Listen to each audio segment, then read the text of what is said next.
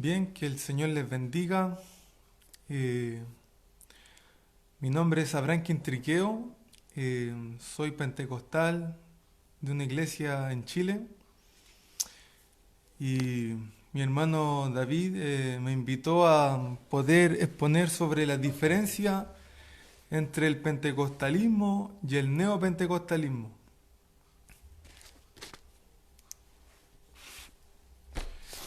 Entonces, preparé un escrito con respecto al tema, al cual le voy a dar lectura para ir desarrollando el tema. Espero que sea de bendición. Primero que nada, debido a la diversidad del pentecostalismo y neopentecostalismo, es muy difícil clasificar globalmente todo lo que engloban estos términos. Eh, Tengo un libro en inglés que es uno de los mejores libros de teología pentecostal en el mundo, que se llama Companion to Pentecostalism, que es una participación de varios autores pentecostales, entre ellos Amos Young, Cecil Robeck, Wolfgang Bondey, el que recientemente escribió un libro sobre teología pentecostal que tradujeron al español. Y a lo que voy es que es un libro de mucha autoridad y este libro dice así, eh, en la parte, en el capítulo donde hablan sobre neopentecostalismo y movimiento carismático. Ellos dicen así: la creciente complejidad del término pentecostal y sus modificadores ha llevado a varios historiadores a observar que ya no es posible una definición para el término. Ahora hay que pensar en movimientos pentecostales en plural con múltiples definiciones.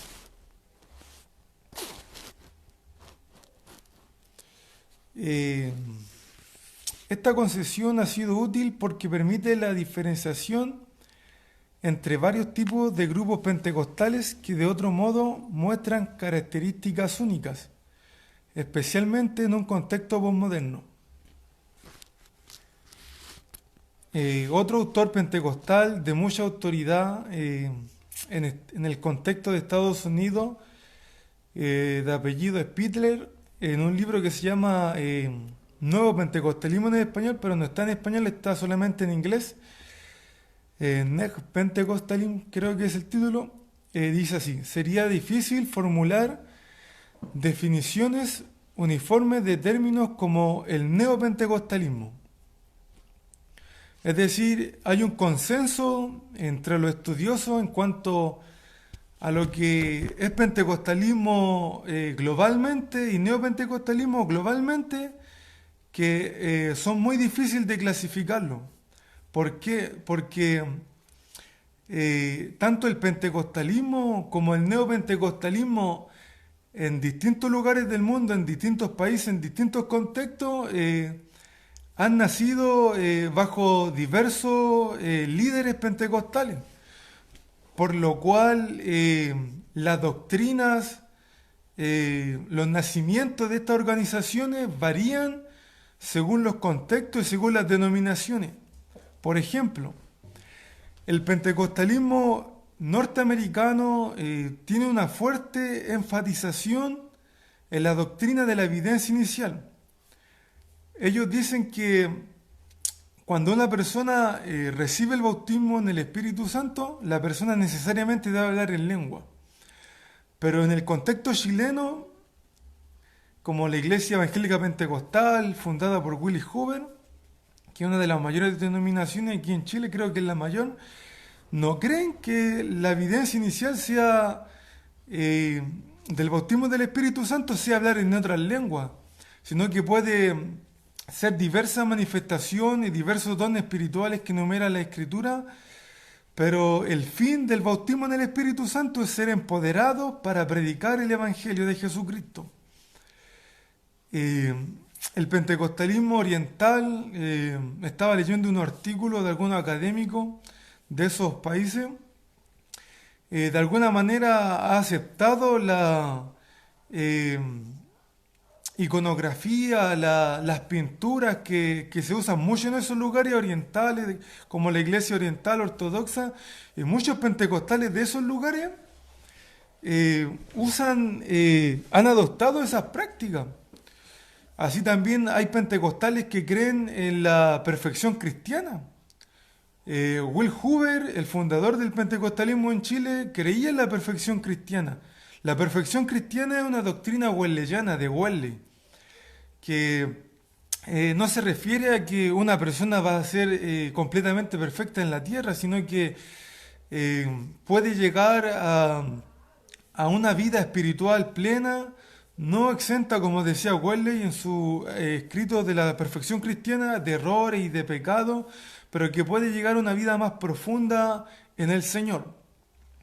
Y esa doctrina no la creen todos los pentecostales. Hay pentecostales que se llaman de la obra consumada, que tienen una tradición más reformada, que creen que la santificación es progresiva, y así el pentecostalismo es diverso. El pentecostalismo chileno cree en el bautismo de infante. El pentecostalismo chileno tiene una influencia muy grande del metodismo. La primera denominación pentecostal es la Iglesia Metodista Pentecostal. Entonces, otras denominaciones no creen en el paido bautismo, creen en el credo bautismo, por lo cual, con esta ejemplificación, quiero notar que el pentecostalismo es diverso. Así también el neopentecostalismo igualmente es diverso. Robert Menzies, en su libro Pentecostés, él escribe desde una perspectiva muy denominacional. Él es de la Asamblea de Dios y él hace una diferenciación entre pentecostal, neopentecostal y carismático. Y él se enfoca solamente en las lenguas. Y él dice que el pentecostal es el que cree que la evidencia inicial es de hablar en lengua, el neopentecostal es el que no cree en esa doctrina y el carismático tampoco cree en esa doctrina. Él no nombra nada sobre los falsos apóstoles dentro del movimiento neopentecostal, él no nombra nada de el humanismo, el pelagianismo, las falsas doctrinas del neopentecostalismo, sino que solamente se enfoca en las lenguas. Y bueno, ese es un estudio claramente atrasado. Como la teología de Orton, son teologías buenas, pero en algunos aspectos, como en ese aspecto neumatológico, sobre la doctrina del Espíritu Santo, en lo concerniente al bautismo en el Espíritu Santo, está muy atrasado. Ya los últimos estudios del pentecostalismo, como este libro que yo tengo, que está solamente en inglés, que usted lo puede conseguir en Amazon, Companion to Pentecostalism, que dicen que esta doctrina ya no es una regla para ser pentecostal, sino que debido a la diversa literatura pentecostal que ha salido, como la literatura pentecostal en Chile, en África y en otros contextos fuera del contexto norteamericano, se ha hecho conocido un pentecostalismo más diverso, por lo cual hacer una regla de lo que es un pentecostal ya no es posible, sino que se debe hablar de múltiples pentecostalismos, es decir, que debemos hablar de un pentecostalismo norteamericano, un pentecostalismo chileno, un pentecostalismo europeo y así. Cada denominación, cada país, cada contexto tiene un pentecostalismo propio, diverso, denominacional, que se puede entender en su contexto. Así también el neopentecostalismo. En diversos países, en diversos lugares, ha nacido en distintos tiempos, en distintas épocas, tienen distintas doctrinas, pero más adelante aquí en este artículo y en este video voy a hablar sobre lo que los estudiosos en su consenso han llegado sobre la diferencia entre pentecostalismo y neopentecostalismo y sus clasificaciones. Porque aunque no podemos hacer una definición exacta sobre pentecostalismo, sobre neopentecostalismo, podemos hablar sí sobre lo que engloba estas teologías, lo que los caracteriza, las similitudes que podemos ver en las distintas denominaciones pentecostales y neopentecostales. Y seguiré citando este libro Companion to Pentecostalism de eruditos pentecostales y dice así: el movimiento pentecostal carismático global muestra un patrón complejo, lo que dificulta encontrar una taxonomía y terminología adecuadas. Hasta hace poco, la historiografía pentecostal carismática se basaba en la historia de América del Norte. Según esta historiografía, la historia de un siglo se dividió en tres fases, a veces descritas como las tres olas diferentes del espíritu. Y los autores dan por sentado que estas definiciones que yo voy a nombrar ahora ya están desactualizadas y solamente corresponden a un área norteamericana. Entonces, las primeras definiciones de pentecostalismo, neopentecostalismo y movimiento carismático se dieron en el contexto norteamericano y eran estas. La primera ola era una ola pentecostal que comenzó en 1901 y se extendió en el Renacimiento de la calle Azusa en Los Ángeles, 1906 al 1909, emitiendo en denominaciones pentecostales clásicas como la Asamblea de Dios, Iglesia de Dios en Cristo, etc. La segunda ola era una carismática que comenzó alrededor del 1960 y afectó a las iglesias protestantes históricas, que son los episcopales, los luteranos, presbiterianos, metodistas, bautistas, católicos, etcétera, de iglesias históricas. Y la tercera ola era una ola neopentecostal que comenzó por la década de los 1980, perdón. Pero ellos dicen esto, pero incluso en el contexto norteamericano, la noción de estas tres olas es discutible. Este marco se vuelve menos plausible en otras regiones globales. La primera ola estadounidense se malinterpreta cuando se separa de su contexto internacional. Los años 1901 al 1911 fueron testigos de avivamientos en muchos países. Para la mayoría de los contemporáneos, el renacimiento principal de la era había tenido lugar en Gales, en 1904-1905. No obstante, este avivamiento no involucró dones carismáticos, como hablar en lenguas, o al menos no en la medida que los avivamientos vistos en India, Chile y los Estados Unidos. Cuando los creyentes fuera de Gales oraron por un avivamiento de tipo galés que viniera a ellos, a menudo parecía suceder algo más. El avivamiento de 1905 en la India incluía el hablar en lenguas, pero se centraba en el arrepentimiento. El avivamiento coreano de 1907 hizo hincapié en el arrepentimiento, pero carecía de hablar en lenguas. El renacimiento de Chile contó con experiencias de visiones. Incluso los avivamientos carismáticos en la India, Estados Unidos, Chile, etc., mostraron variaciones locales. El avivamiento del este de África en Ruanda y Uganda impregnó a la iglesia anglicana. Involucró manifestaciones espirituales como temblores, llanto y visiones, y sin embargo no destacó el hablar en lenguas ni la división en la iglesia.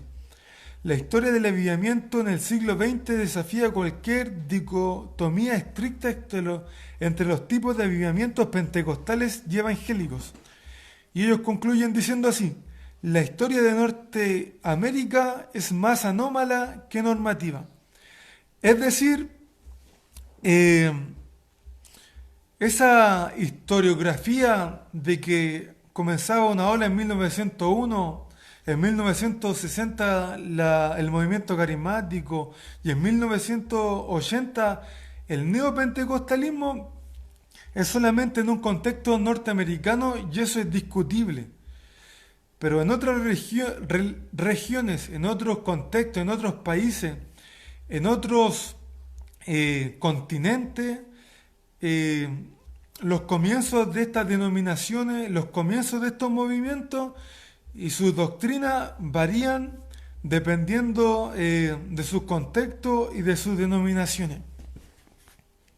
Entonces espero que esto le haya quedado claro. Tanto el pentecostalismo como el neopentecostalismo varían en doctrinas y fechas de nacimiento dependiendo sus contextos y dependiendo sus denominaciones. Ahora voy a hablar sobre las definiciones globales sobre pentecostalismo y neopentecostalismo, es decir, lo que cada denominación pentecostal y neopentecostal se iguala, se puede hacer una comparación, se pueden hallar patrones, se pueden hallar similitudes globalmente que estudiosos sobre pentecostalismo y neopentecostalismo han hecho. Entonces empezaré con el pentecostalismo. Voy a citar al pentecostal, un teólogo que se llama Joselman Miraba, que es latino. En su libro Teología Pentecostal, una perspectiva académica, él dice así: la palabra pentecostal es un derivado nominal de la palabra Pentecostés, que se halla en la Biblia en pasajes como Hechos 2, versículo 1, capítulo 20, versículo 16 y 1 Corintios 16, 8. Por tanto, el término pentecostal es descriptivo de aquellos que afirman haber tenido la experiencia de haber recibido el Espíritu Santo como lo recibieron los primeros discípulos en el día de Pentecostés. El hecho de que Dios derrame de su Espíritu por primera vez en la fiesta judía de Pentecostés es la razón por la cual se asocia tal término con esa experiencia. Cierre comillas, y esta era la cita de Joselman Miraba, un teólogo pentecostal, en su libro Teología Pentecostal, una perspectiva académica. Ahora yo voy a dar una pequeña definición de lo que he leído sobre pentecostalismo globalmente. No un pentecostalismo denominacional, sino que un pentecostalismo global. ¿Qué podemos encontrar en la mayoría de las denominaciones pentecostales en el mundo? El pentecostalismo es diverso y varía en doctrinas dependiendo de sus contextos, como ya he mencionado. Pero las características que podemos encontrar a nivel global es su teología centrada en Pentecostés, donde se enseña que los creyentes pueden ser salvos por Jesús, santificados por Jesús, bautizados en el Espíritu Santo por Jesús.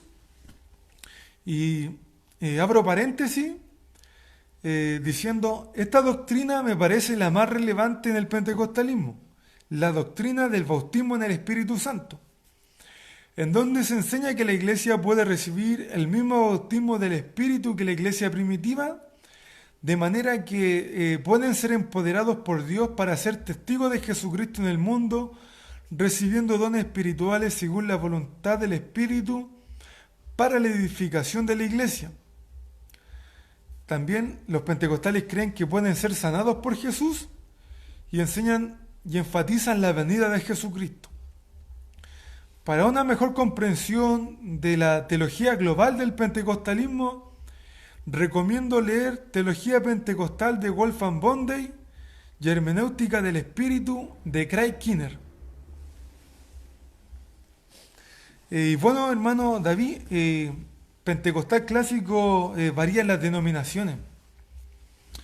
El pentecostal clásico en Chile es paido bautismo, bautista, cree en el bautismo de infante, no cree en la evidencia inicial, cree en la santidad externa fuertemente, es decir, que las personas enfatizan la vestimenta, y lo que une al pentecostalismo clásico chileno con otras tradiciones pentecostales de otras denominaciones es su teología neumatológica del bautismo en el Espíritu Santo, el bautismo posterior al Espíritu Santo, eh, y la continuidad de los dones. Así como el pentecostalismo estadounidense cree enfáticamente en la evidencia en hablar en lenguas, y eso es lo que lo caracteriza y lo clasifica como pentecostal clásico, pero en su área, en su contexto y en su país.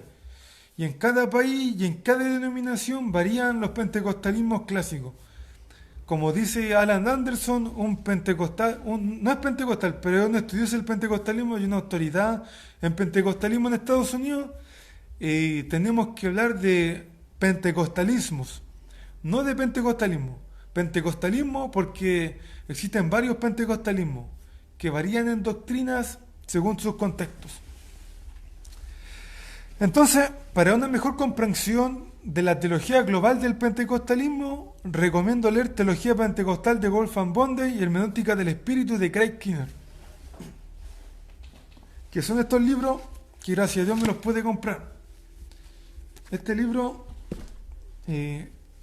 Teología Pentecostal de Wolfgang Bondey, trata los 5 puntos del pentecostalismo, que generalmente lo creen todos los pentecostales, algunos no los nombran, pero está implícito en su predicación.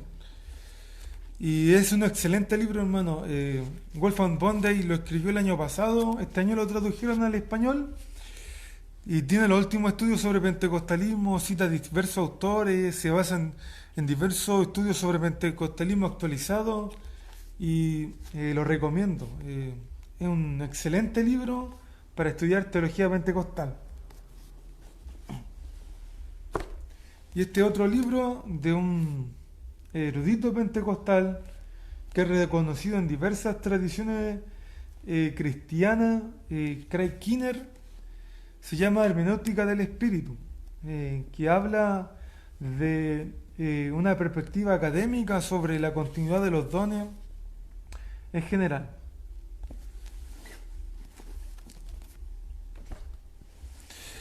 Bien, pasando a la definición de neopentecostalismo, me gustaría citar a un estudioso sobre neopentecostalismo en el contexto latino, Miguel Ángel Mancilla, y en su texto El neopentecostalismo, él escribe así: el neopentecostalismo es un fenómeno religioso evangélico que comienza a evidenciarse en Chile a comienzos de la década del 90. Implica en manera distinta de abordar la propuesta religiosa debido al realce de la teodicea de la felicidad. Esto ha devenido en la inclusión de la mujer a la administración de la palabra en los escenarios públicos, reencantar al individualismo con una identidad eudemonista y hedonista, enfatiza las satisfacciones viáticas en donde aparece una redefinición del trabajo, del dinero y el consumo, y por último encontramos una concepción distinta de la política que ha conllevado una religación entre la política y la religión como dos mundos posibles de conciliar. Ahora yo daré una definición de neopentecostalismo en lo que yo he podido leer en diversos textos. Su definición es compleja y también variable dependiendo de su contexto. Globalmente se podría decir que aunque creen en la continuidad de los dones, tienen una perspectiva diferente al pentecostalismo, que a veces se sale de lo bíblico. Cuando, por ejemplo, le atribuyen poderes a los zapatos, a los chicles, a la escoba, como cualquiera puede ver en YouTube. Otras características generales, globales, que repito, varían en contexto, en denominaciones neopentecostales, se caracterizan por el llamado Evangelio de la Prosperidad, la doctrina de la palabra de fe, las declaraciones como los yo decreto, yo declaro, los falsos apóstoles y una tendencia hacia la política.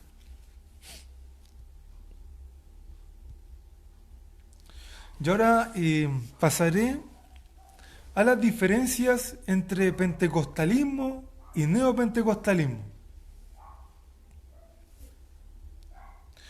De manera global se pueden notar estas diferencias entre pentecostalismo y neopentecostalismo.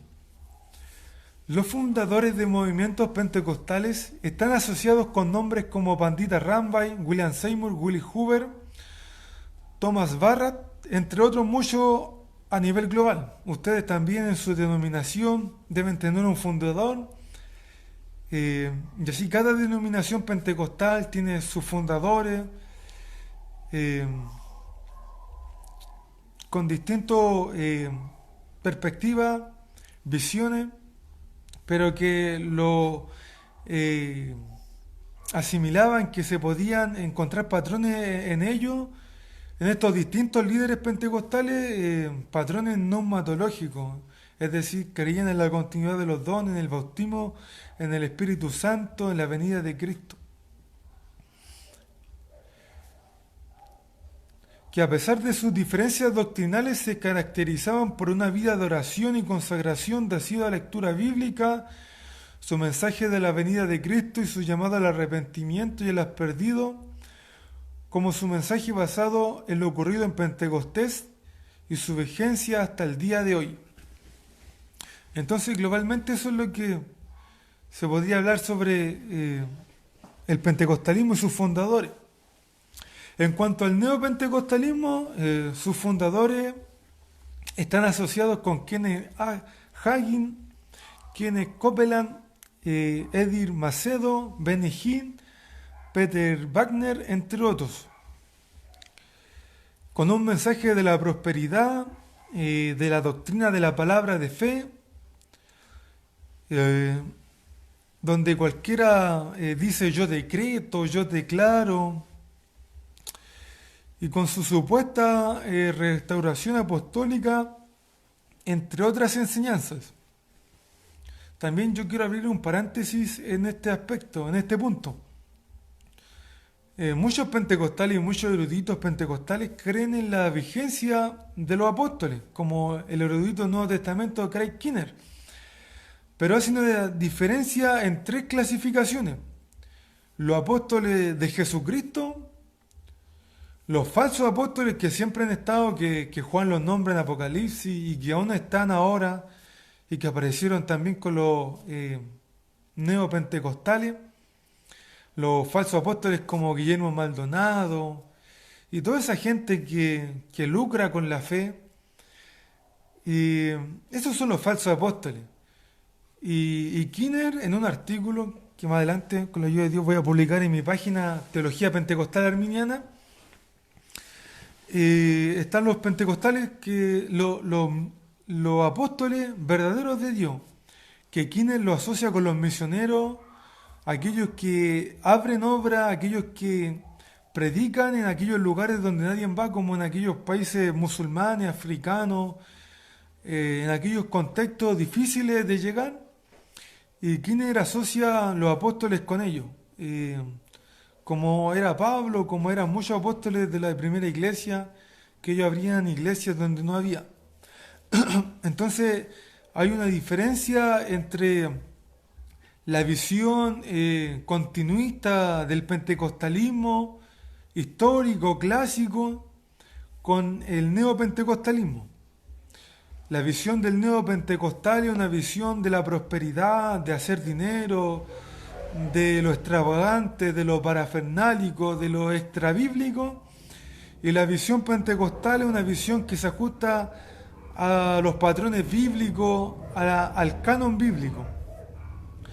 Y también inclusive el mismo Juan Calvino, en su escrito, dice que cree que Dios aún levanta apóstoles en ciertas oportunidades.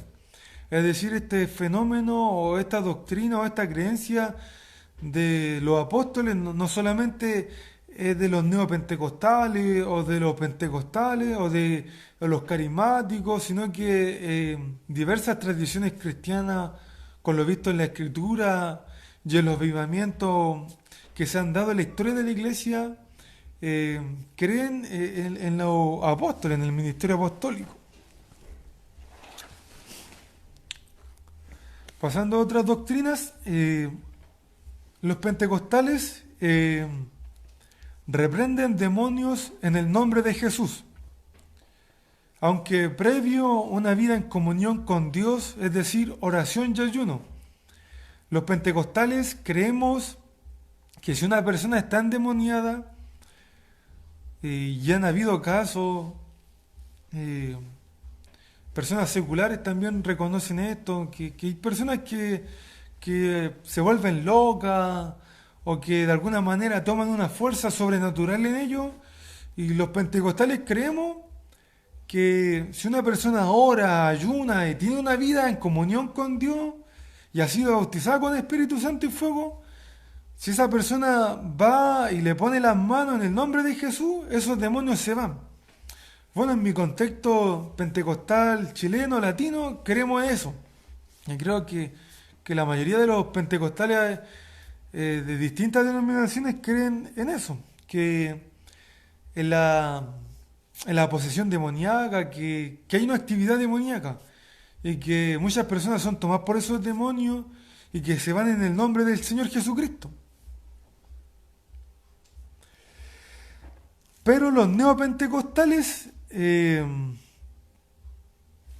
como la iglesia pare de sufrir, que es la iglesia universal del reino de Dios, durante la década de 1980 llevó a cabo una guerra santa contra espiritistas brasileños, profanando sus templos y supuestamente atando a su espíritu. Es decir, el neopentecostal lleva todo al extremo de lo parafernálico y lo ridículo. Se sale del canon bíblico, hace cosas que no tienen nada que ver con lo que dice la Escritura. Y voy a buscar otro escrito con respecto a esto.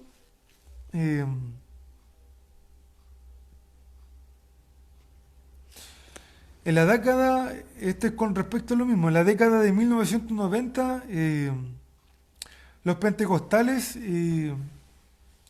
promovieron el aumento de la guerra espiritual a nivel estratégico. Peter Wagner enseñó que los demonios podrían dominar no solo a los individuos, sino también a la comunidad entera. La oración de guerra podría romper la fortaleza satánica y facilitar el evangelismo. Un paso en el proceso fue el mapeo espiritual, es decir, la ubicación de sitios de religión falsa, violencia o pactos rotos que pueden haber dado a los demonios un derecho legal a infectar un territorio. Entonces, como repito, los neopentecostales no hacen lo que dice la Escritura, o globalmente muchos neopentecostales no lo hacen. ¿Qué dice la Escritura? Que si una persona ora, si una persona ayuna, va a estar llena del Espíritu Santo, como dice Hechos 1.8, Hechos 1.14, que los apóstoles perseveraban unánime en oración y ayuno. Después en Hechos 2, cuando fueron todos llenos del Espíritu Santo. Después vemos relatos en los Hechos, cuando Pablo reprende el espíritu de una adivina y el espíritu se va. Y eso es lo que hace el pentecostal, eso es lo que dice la Escritura. El pentecostal no es cesacionista. El cesacionista dice, no, esto era solamente para la iglesia primitiva, para la iglesia del siglo I, esto ya se acabó. Como MacArthur, que él es un pésimo historiador. Cualquiera que lea su libro y tenga un poco de conocimiento y se va a su sección de historia de la iglesia, de los supuestos cesacionistas que él menciona, es una vergüenza, porque él nombra a Martin Jones, nombra a Juan Crisóstomo, nombra a Agustín de Hipona, y todos ellos tuvieron experiencias carismáticas. Martin Jones creía en hablar en lenguas, creía en el bautismo en el Espíritu posterior a la conversión. Agustín de Hipona tuvo visiones, tuvo experiencias carismáticas. Juan Crisóstomo también tuvo visiones y creían aquellos hermanos que le contaban visiones. Entonces, el pentecostal cree en la continuidad de los dones y cree que en el nombre del Señor Jesucristo los demonios se van.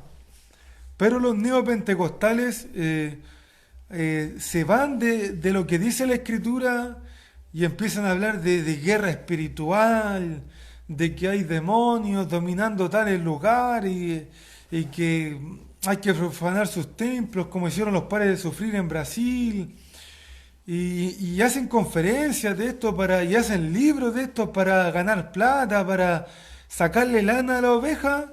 Y nos falta la gente que lamentablemente al no tener un mayor compromiso bíblico, al no tener una mayor estudio bíblico, un mayor conocimiento teológico, caen en estos juegos, en estas falsas doctrinas y muchos terminan dándole su plata a estas personas. Entonces, pasando a otro punto, que es un punto sobre las pruebas y las luchas en un contexto económico. Los pentecostales enseñan que en el cristianismo hay pruebas y luchas en las cuales muchas veces faltará económicamente. Ya hablo en un contexto latino donde la mayoría de los antiguos pentecostales eran bien pobres, por lo cual se recalca ese mensaje. Es decir, el pentecostal dice lo que dice la Escritura, que a través de muchas tribulaciones entraremos en el reino de los cielos, que seremos probados, que no siempre estaremos bien económicamente, no siempre estaremos bien en todos los aspectos. Habrán parte de nuestra vida o sucesos en nuestra vida en los cuales seremos probados, seremos tentados, en los cuales seremos llevados al desierto, en los cuales seremos probados de una forma terrible, en diversas áreas, en diversos aspectos de nuestra vida, emocionalmente, económicamente. Y los pentecostales enseñan esto, que las pruebas vendrán, que las tribulaciones vendrán, pero que en esas pruebas y en esas tribulaciones el Señor Jesucristo estará con nosotros. Como el buen pastor, como decía David, el Señor y mi pastor, nada me faltará. Delicadas mesas me hará frente a mi enemigo. Y eso es lo que cree el pentecostal, que hay pruebas y tribulaciones, pero que el Señor está con nosotros y que el Señor nos dará la victoria. Pero los neopentecostales enfatizan un mensaje de la prosperidad. Que si tú me sembráis a mí, si tú me pactáis, y da harta risa. Si tú sembráis conmigo, si tú me pactáis, Dios te va a dar el doble. Trae tu casa, trae tu carro, como decía Ana Méndez, que ella hablaba con el dinero. Y todas esas cosas que da risa un poco, pero también da tristeza, da mucha tristeza porque ellos lucran con el Evangelio, ellos dejan mal al cristianismo y ellos hacen risa del cristianismo. Nosotros con la ayuda de Dios, si alguno tiene ese pensamiento de la prosperidad económica, debe dejarlo, debe leer la Escritura, lea a Elías, lea a Juan el Bautista, que era gente de la más llena del Espíritu Santo en esta tierra y no tuvieron grandes posesiones, no tuvieron grandes cosas. Como dice Hebreo, no eran dignos de este mundo, anduvieron errantes por los cerros, desiertos de esta tierra, fueron aserrados, fueron muertos a cuchillo, a espada, a fuego. Y el neopentecostal nos enseña eso, pues muchos neopentecostales dicen, si estáis enfermos, si estáis pobres, estáis malditos por Dios. Mentira, que el Señor reprenda al diablo. Si estáis pobres o no sé, estáis pasando una prueba, si tú estás orando y ayunando y buscando a Dios, estás en comunión con Dios, es una prueba de Dios y Dios te va a dar victoria en su momento. Pero esto debe quedar claro. El pentecostalismo enseña la cruz de Cristo. Creemos que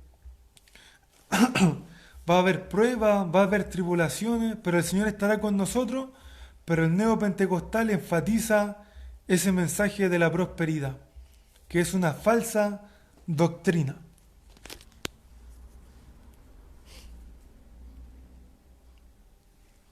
Pasando a otro punto sobre el nepotismo, el autoritarismo en la iglesia. Juan en su tercera carta o segunda hablaba de un personaje que era bien soberbio, bien altivo. Me gustaría buscar ese texto de Juan donde habla de Diótrefes. Dice, yo he escrito a la iglesia, pero Diótrefes, al cual le gusta tener el primer lugar entre ellos, no nos recibe. Por esta causa, si yo fuere, recordaré la obra que hace parloteando con palabras malignas contra nosotros, y no contento con estas cosas, no recibe a los hermanos, y a los que quieren recibirlos se los prohíbe y los expulsa de la iglesia.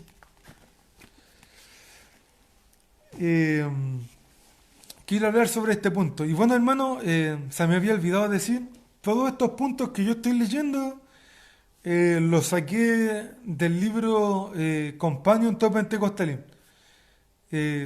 La mayoría de los puntos son de los neopentecostales, pero yo le agregué la característica pentecostal. Entonces, pasando a este tema del nepotismo, el autoritarismo en la iglesia, yo quiero ser sincero y escribí esto al respecto. En este punto, en honor a la honestidad, creo que es un problema entre pentecostales y neopentecostales. Aunque menos en la actualidad, por lo menos en mi contexto y en lo que he estudiado sobre pentecostalismo global, y a lo que me refiero es al problema de líderes prepotentes y autoritarios, que era algo muy extendido en muchas partes, aunque no era una regla, me refiero, no ocurría en toda la iglesia y denominaciones, sí ocurría. Y voy a citar a unos autores que son conocidos, que son William y Robert Menzies, padre e hijo, que son teólogos pentecostales asambleanos del contexto norteamericano.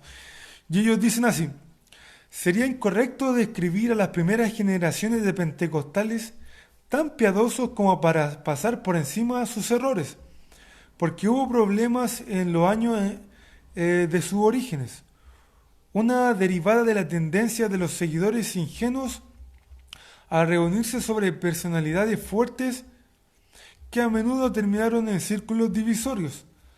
Había falta de uniformidad en la enseñanza, causando fuerte confusión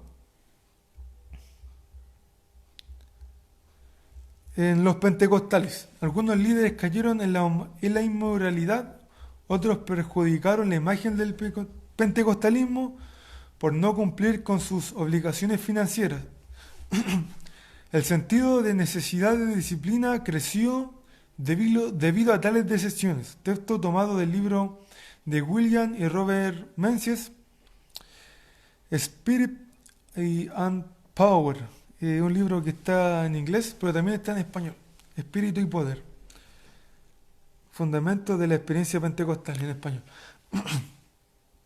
Entonces, en los primeros años del pentecostalismo, y hasta mediados y hasta hace poco, debido a líderes sin una mayor formación, pero también quiero hacer hincapié que esto también pasa en todas las denominaciones, con formación teológica y no teológica, pero hablando de pentecostalismo, sucedió que hubo muchos líderes autoritarios, prepotentes, líderes que de alguna manera eran como Diótrefes, eran personas autoritarias, dictadores, que muchas veces hicieron daño a muchas familias cristianas. Y yo conozco muchas personas antiguamente que fueron no tratados dignamente por los pastores de antaño, por ser en Chile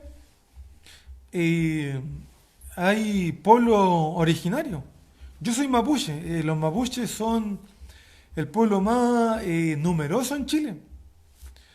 Pero este pueblo, hace unos 10, 20 años, en muchas denominaciones pentecostales, en Santiago, eh,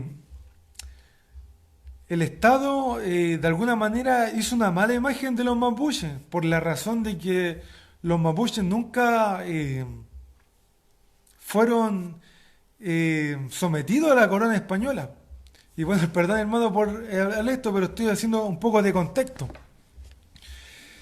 Y cuando ya Chile ganó la independencia, se empezó a caricaturizar al pueblo indígena para que de alguna manera el pueblo mestizo y chileno no tuviera reparo en si había que hacerle algún daño, en expropiarles tierra. Y eso hasta hace de unos 10 o 20 años, gracias a Dios, ahora hay una pluralidad, hay una diversidad de pensamientos, culturas y ya no pasa eso, gracias a Dios. Pero antes pasaba que había una discriminación y caricaturización al pueblo indígena. Y muchos líderes pentecostales también caían en este juego, yo hablo de mi contexto chileno, y caricaturizaban y la imagen del pueblo indígena. Y muchos hermanos eran indígenas. Y estos hermanos yo los he recibido de tradición oral, de pentecostales antiguos que me han contado a mí, gente anciana, que fueron discriminadas por líderes autoritarios, prepotentes, y líderes que de alguna manera, lamentablemente, hicieron muchas cosas que no correspondían. Y así en el contexto global, como en los neopentecostales, ahora voy a hablar y voy a tomar una cita de los neopentecostales. En Estados Unidos, en cierta oportunidad, hubo un ministerio llamado Quintuple, que argumentaban que cada creyente debía someterse a una autoridad superior.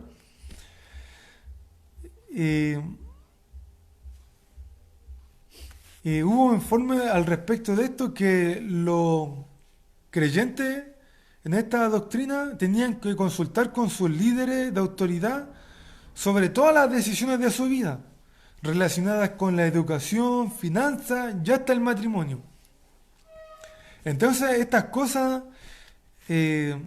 Dios quiera que podamos avanzar, que podamos avanzar en poder, los líderes y cada hermano y cada hermana, poder adoptar una posición más bíblica con respecto al amor, que la Biblia dice que si yo no amo a mi hermano, no he conocido a Dios, y podamos también corregir con amor, con misericordia, como dice el libro de Proverbios, y no caer en estas prácticas tan lamentables que acontecieron en el pentecostalismo.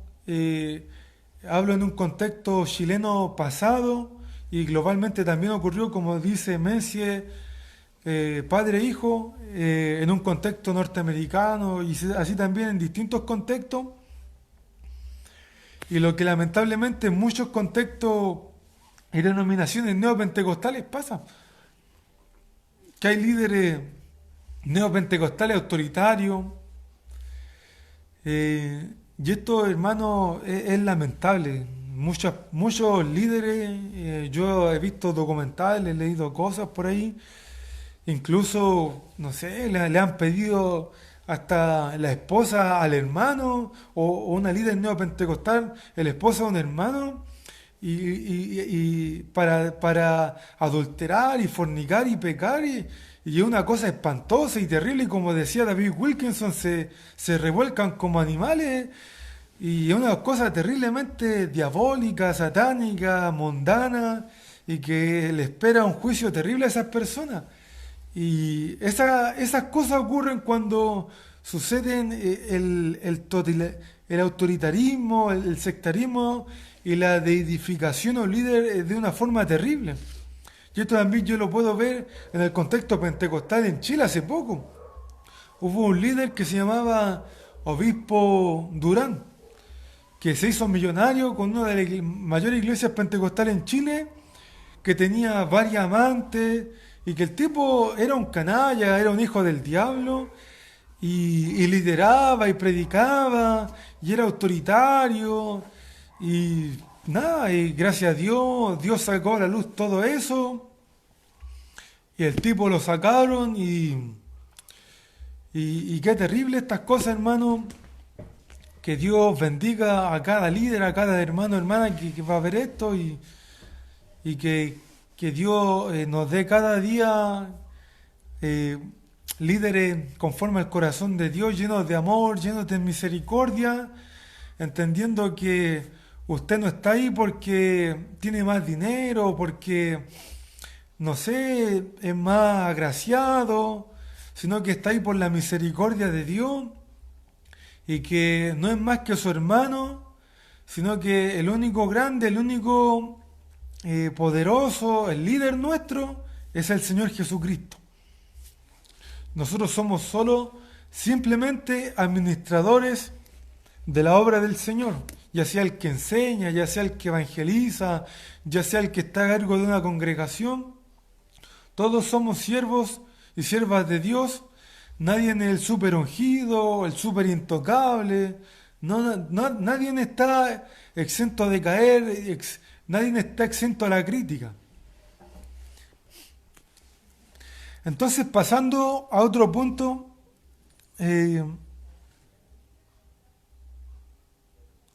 con respecto a la sanidad, pero ya lo he hablado, pero también lo voy a hablar. Los pentecostales creemos que Jesucristo sana, somos continuistas, pero bíblicamente, como lo era Pablo, que Pablo era usado para sanar a otras personas, Dios sanaba a través de él, pero él mismo tenía una enfermedad. Como Timoteo, somos pentecostales como Timoteo. Es anacrónico decir que Timoteo era pentecostal, pero me refiero, somos continuistas bíblicos como Timoteo, que él creía en la sanidad divina, pero Pablo le recomendaba tomar un poco de vino a causa de sus dolores estomacales. Es decir, creemos que Dios sana, pero que también creemos que muchas veces Dios prueba a los creyentes o Dios no quiere sanar y Dios no sana, porque Dios es soberano y Dios a quien quiere sana y al quien no quiere no sana. A quien quiere la vida y al que Él no quiere, Él le quita la vida. Pero sí creemos que si tenemos una vida en comunión con Dios, de alguna manera vamos a recibir alguna iluminación de Dios, alguna guía de Dios en nuestro espíritu, como congregación. Y si hay algún hermano o hermana enfermo, vamos a orar y Dios lo va a sanar. Y yo doy gloria a Dios por esto, porque en mi congregación han habido muchos casos de hermanos que han tenido enfermedades terribles o accidentes terribles, que la ciencia médica le ha dicho usted no va a poder caminar o usted no va a poder ya mover sus articulaciones como en la mano. Por ser un hermano hace poco se cortó toda la mano y la mano no tenía movilidad. Y le habían dicho quizás hasta nunca más pueda mover la mano. Y el hermano era bien pobre, no tenía mayores recursos y él trabaja en la construcción. Y él se empezó a llorar porque hace poco contó el testimonio en la iglesia. Y empezó a llorar mucho al Señor. Y de un día a otro Dios le sana la mano y empieza a tener movilidad. Y va al médico y los médicos le dicen, eso es un milagro. Porque hasta ellos pensaban que nunca iba a poder mover la mano. Y esto es lo que creemos los pentecostales. Que si un creyente que es de Dios y que Dios sabe que necesita estar sano y que si se ora por él, la iglesia, Dios lo va a sanar. Porque Dios es el mismo ayer, hoy y por los siglos. Dios sigue sanando, sigue salvando, sigue transformando. Bendito sea el Señor. Pero los neopentecostales le dan un enfoque antibíblico esto. Y ellos enfatizan en sus evangelistas de curación, evangelistas de sanidad, como Benny Hinn, como anteriormente otro, y le dan colores, que el evangelista de sanidad, y esto, y esto, y esto. Pero nosotros no tenemos que ser así. Si Dios usa a un hermano en sanidad, en profecía o en cualquier cosa, la gloria es del Señor.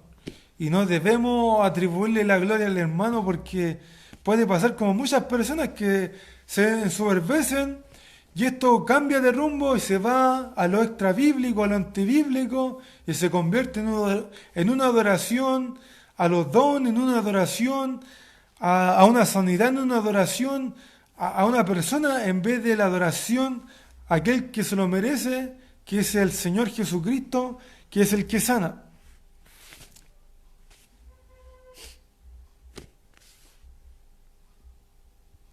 Pasando a otro punto sobre las profecías, los pentecostales creemos en las profecías.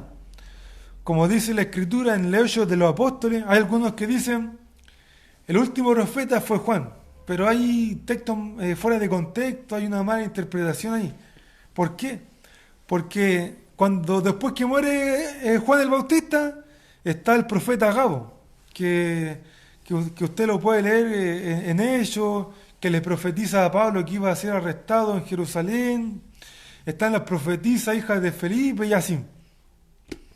También la historia de la iglesia no habla de las profecías. Tenemos los escritos de Ireneo, de Justino Mártir, de Cirilo de Jerusalén, padres de la iglesia, que creían en el don de profecía.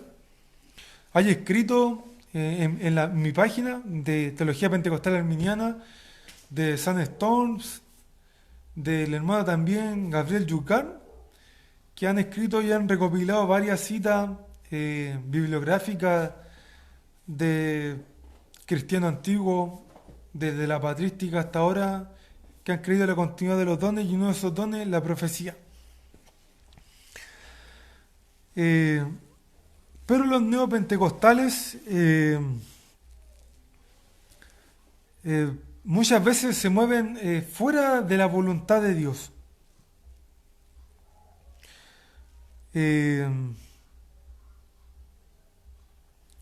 Voy a citar a Companion to Pentecostalism en este momento, y dice así: en la década de 1980 los neopentecostales comenzaron a enfatizar los dones proféticos y a celebrar conferencias en las que los profetas que se describían a sí mismos transmitían mensajes personalizados a las personas que buscaban su guía espiritual. Este desarrollo, como el movimiento de pastoreo, planteaba cuestiones de autoridad. Pero este movimiento fracasó, con predicciones de alto perfil sobre eventos conocidos, en los cuales estos profetas después tuvieron más precaución sobre el tema. Hace poco, hermanos, Julio Melgar, un cantante famoso, murió. Muchos cantantes neopentecostales empezaron a profetizar su sanidad. Usted puede ver en YouTube cómo Redimí 2, Miel San Marcos, Cristi, o no me acuerdo de las personas, empezaron a decir, le empezaron a decir a Julio Melgar. Bueno, si usted no lo conoce, usted puede poner en YouTube Julio Melgar, profecía sobre su sanidad. Cachiluna, y muchos le empezaron a decir, yo profetizo, yo declaro que tú vas a ser sano. Una tipa dijo en una oración, en un concierto, dijo, Señor, no vamos a aceptar un no como respuesta. Pura gente que se llama cristiana, pero que se llama que son adoradores, pero si ellos tuvieran alguna comunión con Dios, no harían esas tonteras. Porque una persona que es adorador, que tiene comunión con Dios, el Espíritu Santo no le va a permitir que dé falsas profecías. Pero ellos, todos ellos diciendo, yo decreto, yo declaro que vas a ser sano, que el Mel San Marco Barriento les decía, yo profetizo que vas a ver a tus hijos tocando el piano, la guitarra, y después murió el Julio Melgar. Y toda esa gente, hasta ahora yo sé que no se arrepintió. Entonces gente además soberbia que ni reconoce su error. Entonces muchos pentecostales dejan mal la imagen del pentecostalismo y del continuismo. Y, y dan falsas profecías y le dan a los profetas un lugar que no debe dárselo. Lo exaltan a un nivel extrabíblico, fuera de la escritura. Entonces eso está muy mal. Y los pentecostales sí creemos en los profetas, creemos que aún existen profetas, algunos creen en el don de profecía, otros ministerio de profeta. Hay debate en eso, pero se cree en las profecías. Como decía al principio, algunos dicen, no, que Juan el último profeta. No, mentira, porque después de Juan estuvo Agabo, estuvieron las profetas, la hija de Felipe. Tenemos en la historia de la iglesia, los padres de la iglesia que hablaban de profecía, de estos dones, de estos ministerios. Entonces no se han acabado, y aún no se han acabado. Y los pentecostales tenemos cientos de testimonios de profecías que se han cumplido, de hermanos que han hablado cosas ocultas a otras personas que están en pecado o algo en el porvenir. Y eso, hermano, es algo que pasa en el pentecostalismo. Un testimonio en mi contexto. Y bueno, yo hablo de testimonio porque el pentecostalismo está muy relacionado a la tradición oral. Los testimonios son parte de la tradición pentecostal, por lo menos en mi contexto chileno. Y bueno, hace unos 10, 20 años atrás, había un hermano muy pobre, líder de una iglesia aquí en Chile, y él estaba sin trabajo y caminaba unas horas, una hora o 2 horas para llegar a la iglesia donde él dirigía esa congregación. Y un jovencito, inspirado por el Espíritu Santo, le dijo, Dios te va a dar un auto. Y el hermano quedó bien asombrado. ¿Por qué?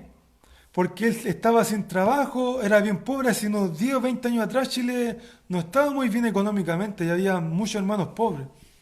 La mayoría de los pentecostales eran pobres.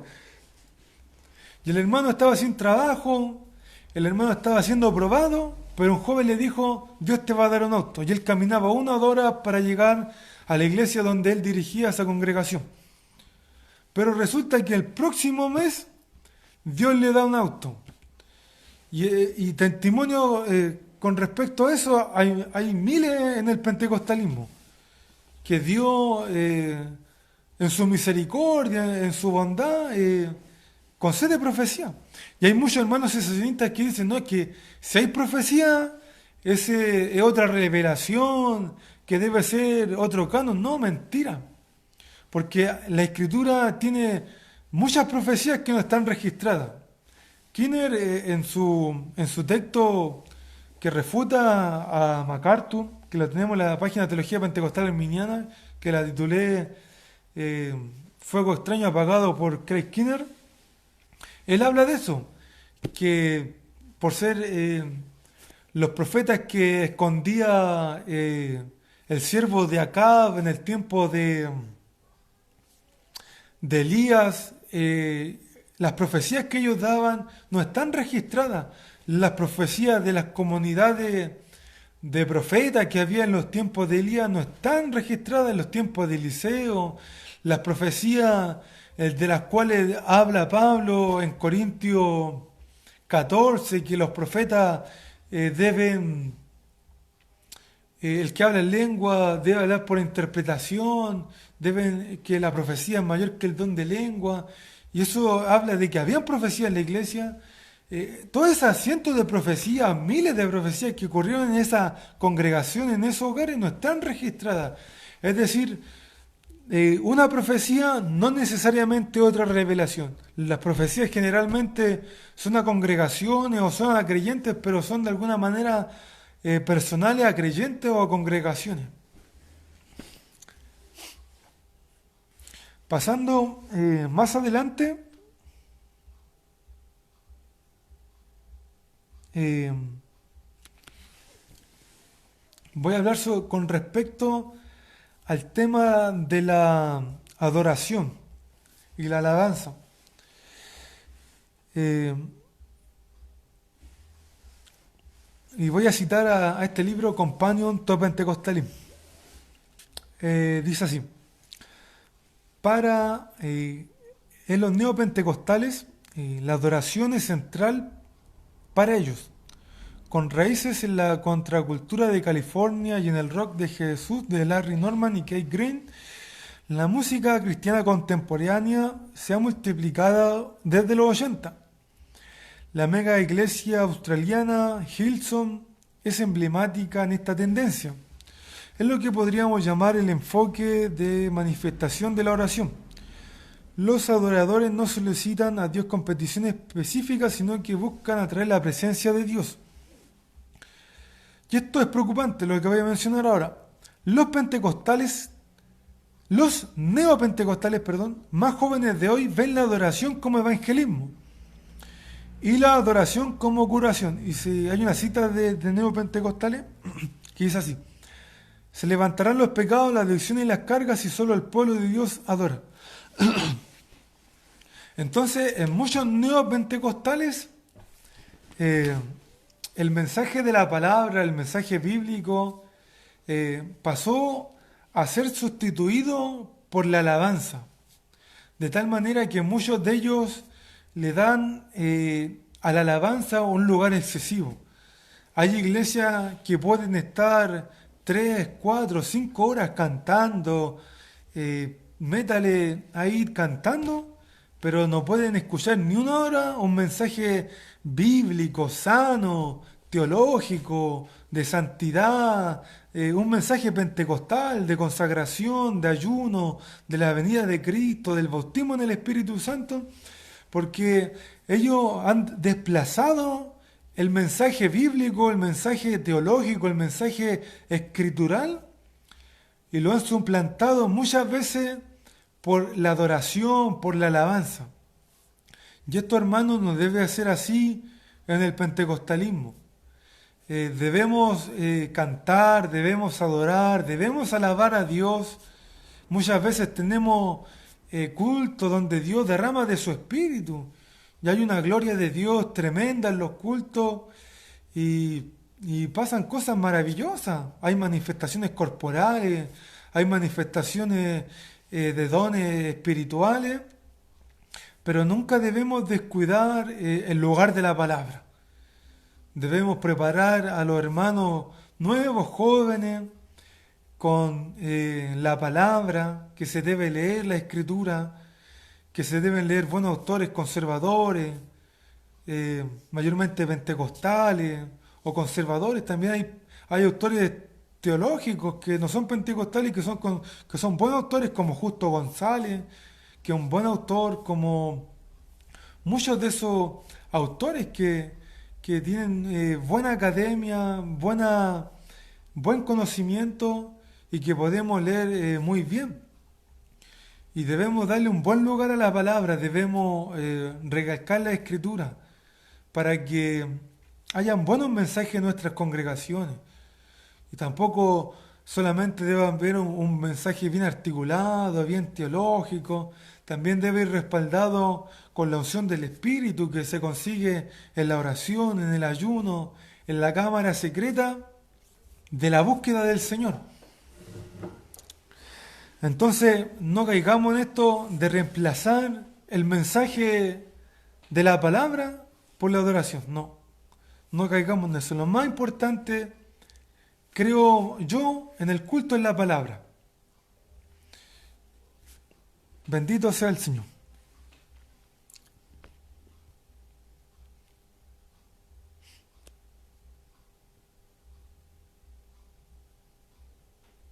Entonces, pasando más adelante,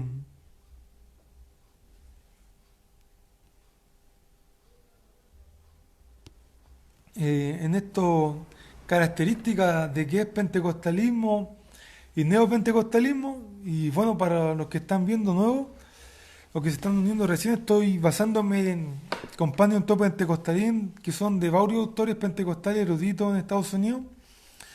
Así que este libro es del 2014 me parece, así que es un buen estudio, un buen texto de autoridades pentecostales.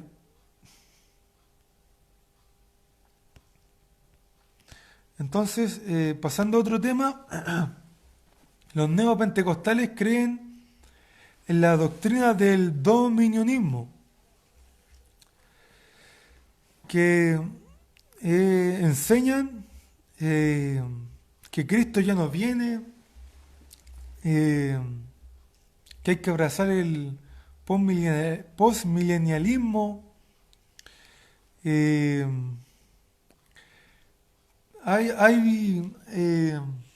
hay distintas escatologías. Por lo general, la escatología pentecostal es una escatología que cree en la venida de Cristo. Eh, Más correctamente, la escatología progresiva que la clásica es más correcta que la clásica. Pero también hay pentecostales premilenialistas, post-tribulacionistas, pero que de alguna manera tienen una visión de la escatología con un enfoque pentecostal, es decir, creen en la venida de Cristo ya sea ahora o la mitad de la tribulación o por la tribulación, pero creen en la venida de Cristo y de una forma sana, porque la escatología es diversa. Justino Mártir, un padre de la iglesia, habla con respecto al tema y dice que en este tema de la escatología hay diversas opiniones, hay una diversidad. Y eh, la ortodoxia cristiana se define por los concilios ecuménicos. Los primeros 7 concilios ecuménicos y mayormente no hubo una mayor claridad en cuanto a escatología y las distintas tradiciones cristianas siguen distintas escatologías. Pero el pentecostal en general cree en la venida de Cristo, ya sea ahora o posteriormente en la mitad de la tribulación o posterior a la tribulación, de una forma sana y buenos libros y con respecto al tema. Pero los neopentecostales tienen una visión distorsionada en cuanto a este tema, porque ellos dicen, insisten en un reino terrenal con un cuerpo de discípulos de élite dirigido por superapóstoles cuya autoridad superará a los apóstoles del primer siglo. Eso es lo que creen muchos neopentecostales. Otros, como Peter Wagner, ofrecen visiones menos grandiosas para el futuro y sin embargo insisten que la iglesia debe tratar de influir en las 7 montañas de la vida: negocio, gobierno, medios de comunicación, arte, entretenimiento, educación, familia y religión. Entonces, estas personas, muchos neopentecostales, tienen una visión no bíblica, no basada en la escritura, de la escatología, diciendo muchos de ellos que ellos son superapóstoles, que de alguna manera muchos de ellos van a tener autoridad mayor que la de los apóstoles, y de alguna manera su escatología es muy pésima y muy hereje. Bueno, y como repito, la escatología pentecostal es diversa. En este libro, Teología Pentecostal de Wolfgang Bonday, aquí habla de los pentecostales que creen en el pentecostalismo, en el dispensacionalismo, perdón, clásico, dispensacionalismo progresivo, y en los que creen, en los que no son dispensacionalistas, sino que son más pretribulacionistas, si no me equivoco, o amilenialistas, pero de una forma sana y bíblica. Como decía al principio, el pentecostalismo es diverso, varía en doctrina dependiendo de sus contextos y denominaciones. por lo cual el tema de la escatología también es diverso.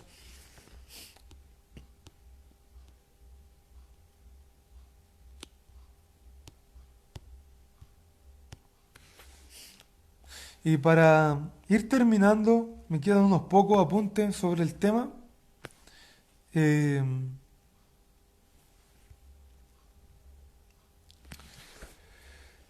Muchos neopentecostales, de alguna manera, tienen una tendencia a un ecumenismo extremo.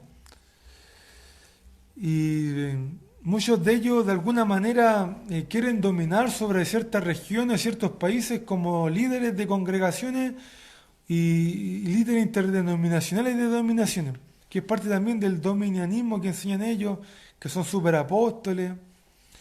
Y bueno, algunas de las características de los neopentecostales, doctrinas muy erradas y muy antibíblicas.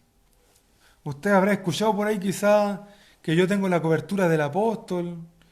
Yo he escuchado aquí en Chile, una vez me encontré con un neopentecostal, si no me equivoco, me decía, yo estoy bajo la cobertura de tal apóstol y una cantidad de barbaridades herejes y antibíblicas. Y bien, para ir terminando, quiero hablar sobre algunos puntos en favor del neopentecostalismo. Como decía al principio, el neopentecostalismo es variado y es diverso en doctrina. Y también hay pentecostales, neopentecostales que de alguna manera buscan con sinceridad a Dios. Eh, Citando a Companion Pentecostalino, abro comillas, para algunos neopentecostales superar el mal requiere acción y oración. El nativo de Nueva Zelanda, John Dodson, fundó la Coalición Internacional de Reconciliación para reparar crímenes e injusticias históricas.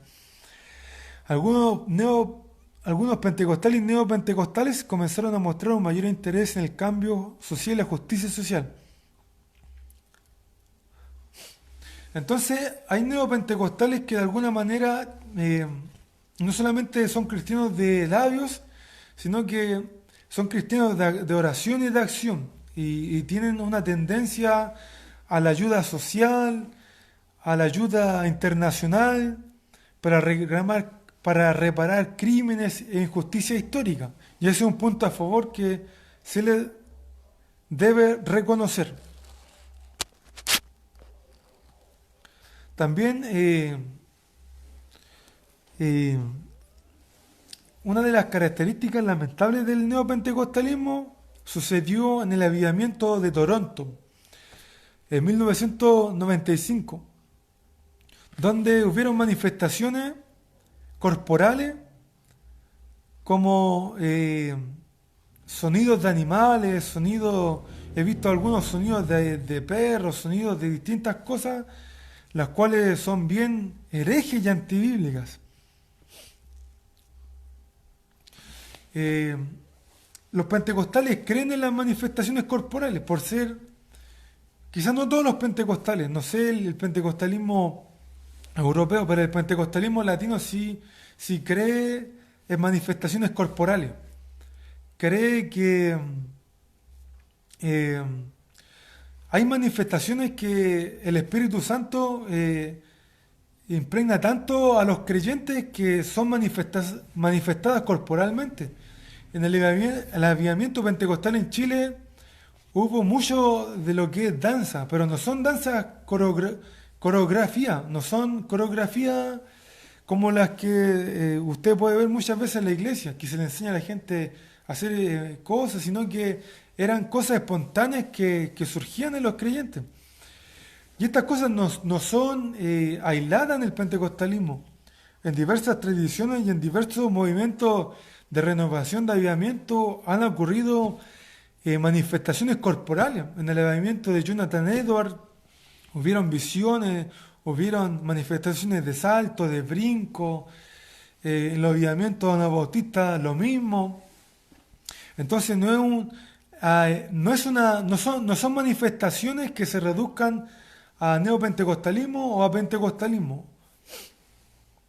Pero el neopentecostalismo tiene manifestaciones que lamentablemente son muy antibíblicas y muy herejes, como esa risa descontrolada que muchos pueden ver en YouTube y esos sonidos de animales. También con respecto a lo que se está hablando a las manifestaciones con Dilani, eh, hermano, esto igual solamente se da en redes sociales. Esto a nivel académico nadie lo toca. Los teólogos pentecostales que son reconocidos en distintas tradiciones, como Kinner, como Fee, como Amos Young, nadie toca esos temas porque esos temas son cosas que se dio en redes sociales, pero no es un tema que lo hablen los estudiosos. Me refiero que es un tema que mucho es promovido por la ignorancia. Eso de Kundalini se da en un contexto del Medio Oriente, en un contexto musulmán, hindú me parece, y son manifestaciones corporales que tienen esas personas. Y muchas personas a través de un documental que una persona lo asoció con los movimientos carismáticos en el contexto americano, y muchas personas empezaron a decir que era lo mismo, pero no es lo mismo. Esas manifestaciones son manifestaciones demoníacas que se dan en esos contextos. Y listo. Hay manifestaciones en el contexto americano corporales que se han dado en otros avivamientos de renovación espiritual, de avivamientos como el avivamiento metodista, anabautista, como el primer gran despertar de Jonathan Edwards, corporales, de salto, de brinco, y se han dado, hermano. Y ahora, ¿cómo podemos clasificar y ver si las personas son cristianas o no son cristianas? Jonathan Edwards decía, por los frutos se conoce el árbol. Si una persona brinca o salta o tiene manifestaciones corporales, pero una persona que miente, que roba o que es una persona prepotente, soberbia, esa persona está solamente de alguna manera teniendo una falsa manifestación, quizá una manifestación demoníaca. Pero si un creyente lleno de oración, lleno del deseo de evangelismo, de servir a Dios, bueno, que ha pasado mucho en el contexto latino, y también, también Menzies, Robert Menzies y William Menzies, en su libro Fundamento de la Experiencia Pentecostal, hablan de que estas características corporales de manifestaciones eran características del pentecostalismo norteamericano. No sé su contexto, pero sí son características y son manifestaciones que se dan todavía en la iglesia. Y son cosas que se dan en la oración cuando Dios muchas veces bautiza a creyentes con Espíritu Santo en una congregación. Hay salto y brinco en esa persona. Y ha habido gente que nunca ha hecho eso porque le da vergüenza, pero son posiciones o manifestaciones de llanura del Espíritu personales. Hermano, yo te dije unos textos en la página Teología Pentecostal Arminiana con respecto a esto mismo. De Sarah Edwards, esposa de Jonathan Edwards, del primer gran despertar. Que ella tuvo una manifestación de levitación, tuvo una manifestación de visiones y de saltos también. Y también tengo un texto que lo publiqué hace algunas semanas de Martín Jones, una autoridad en el movimiento calvinista reformado, un continuista, y él habla sobre esos movimientos que tuvieron danzas, tuvieron manifestaciones de levitación. Y ahora vuelvo a lo mismo. Quizá en su contexto no se da, pero en el contexto de los pentecostales norteamericanos en su inicio, como los pentecostales latinos se dan. Y esto, hermanos queridos, corresponde a lo que se llama la diversidad del pentecostalismo. No todos los pentecostales creen lo mismo. Pero recalco, eso de Kundalini es algo de que proveen personas falta de estudio. Los académicos no hablan de ese tema, los académicos ni mencionan ese tema es algo de Facebook, de redes sociales. Es una manifestación demoníaca en el contexto musulmán, el contexto hindú, pero no por eso todas las manifestaciones son demoníacas. En Hechos capítulo 2, las personas que no habían recibido el Espíritu Santo, cuando veían a los que habían recibido el Espíritu Santo, decían, estos parecen borrachos.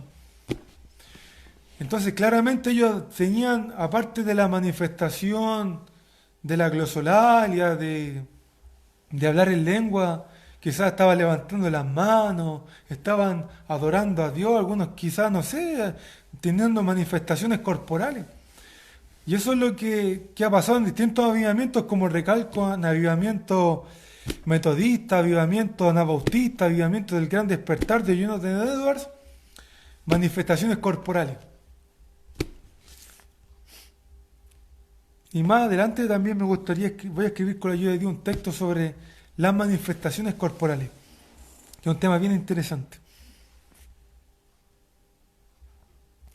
Y bien, pasando a otro tema, uno de los últimos puntos, que es un punto a favor del movimiento neopentecostal, el movimiento 24/7 o caso de oración, me estoy citando a Companion to Pentecostalism, liderado por Mike Bickle y Lou Englund, y centrado en el hub en Kansas City, alienta la oración prolongada e intensa, a menudo acompañada de ayuno. El mensaje de George Otis, Transformaciones, ofrecieron estudios de casos para demostrar que la oración cambia ciudades y naciones enteras, preparando el camino para la reactivación de la iglesia, incluso para la rehabilitación económica. Entonces, hay neopentecostales que son genuinos, creyentes, y que de alguna manera impulsan el cristianismo bíblico a través de su denominación, a través de la oración, del ayuno, de la ayuda social, de la predicación y de la búsqueda. Pero mayoritariamente en un neopentecostalismo global, para ir resumiendo, se caracteriza el neopentecostalismo por su tendencia a la política, a los falsos apóstoles, al evangelio de la prosperidad, a las falsas manifestaciones, a las declaraciones de la palabra de fe, la doctrina de la palabra de fe, como el yo decreto, yo declaro, y en eso se podría resumir lo que es el neopentecostalismo. Y el pentecostalismo se podría resumir en una creencia basada en Pentecostés, en lo que ocurrió en Hechos capítulo 2, que se cree, hermanos queridos, que se cree. Lamentablemente se me acabó la batería, pero voy a ir terminando así, de esta manera. Un poco engorroso. Tengo que dejarlo así.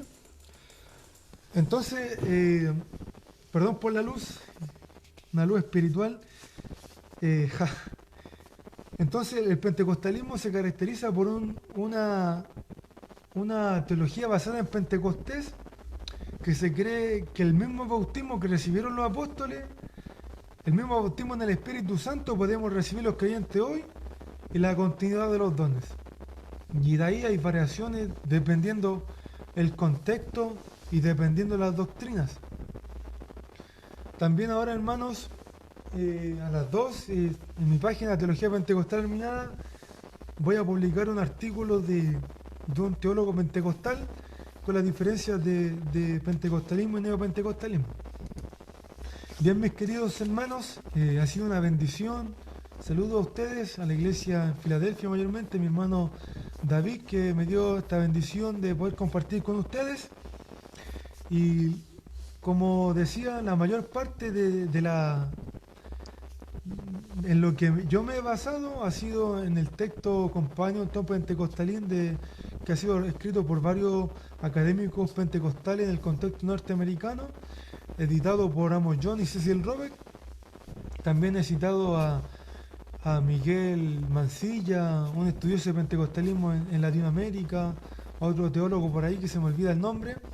Y también estaré compartiendo, hermanos, artículos y temas sobre diferencia entre pentecostalismo y neopentecostalismo en un artículo este artículo que le estoy diciendo, yo creo que va a estar, el artículo en el cual me basé, todavía no lo termino, yo creo que va a estar listo ya la próxima semana, y voy a incluir otros artículos también, y para una mejor comprensión también de esta diferencia de neopentecostalismo y pentecostalismo.